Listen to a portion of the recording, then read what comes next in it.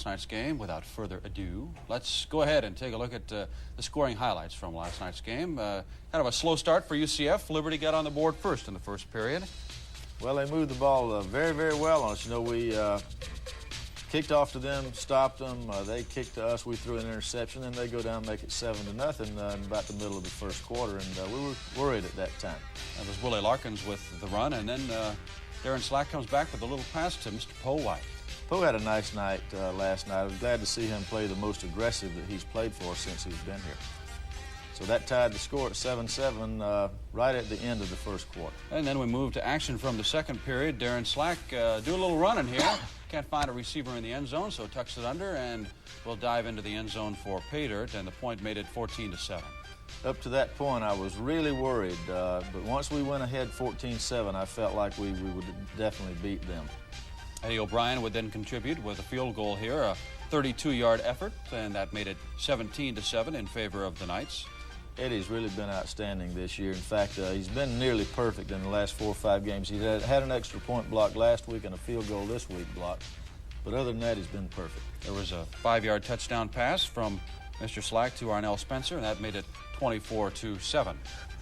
Now, Arnell and Darren were the co-MVPs offensively last night, and you'll see a lot of action out of them. To round out the scoring in the first half, Joe Pouncey, who did a lot of kicking last night with a 35-yard field goal. Some of the UCF fans warming up in case Coach McDowell wanted them to play in the second half. Then in the third period, here's Eddie with a 26-yard field goal, 27-10 at the time, and the Knights seemingly in control of the football game.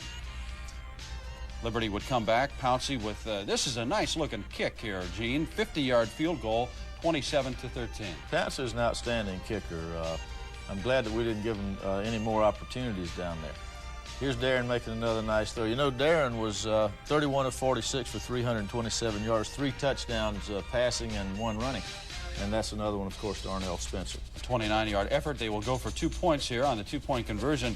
35-13 after they do this. This was kind of a botched one, and you've got a set play here when on a bad snap, or well, what it's happened? automatic. If we have some mishandled snap, then we run an automatic play. And Arnell, of course, caught 10 passes for 172 yards, and then that 2-point pass there made him the co-MVP offensively. Moved to action now from the fourth period. The final scoring play of the night for UCF.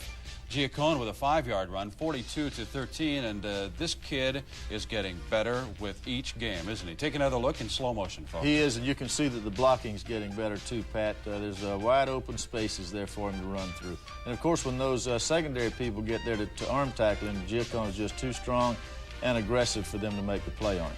Larkins will make the final score of the game for Liberty. But by this time, it's all over. A 2-yard run, 42-21 was the final. UCF now moves to 7-2. 7 wins, the most in UCF history for one particular season.